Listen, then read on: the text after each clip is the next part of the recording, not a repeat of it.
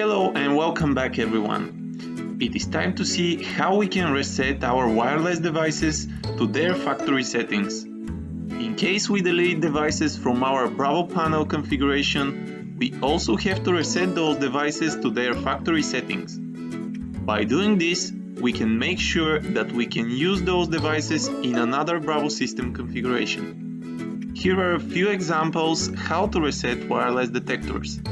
To reset the magnetic contact, remove the device lid and then press and hold the reset button as it is shown on the video.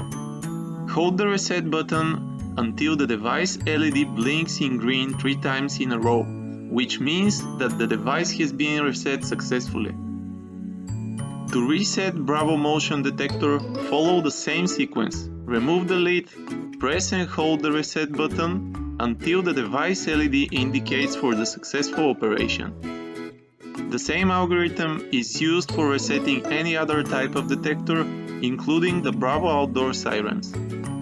The only difference is the way we reset the Bravo RC remote control.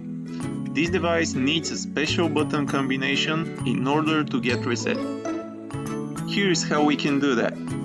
We need to press and hold the arm button and the start button simultaneously until the info LED turns red. Then we need to press the info button right after that.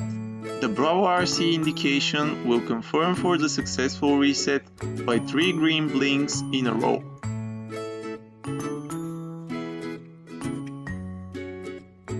We hope you find this video useful.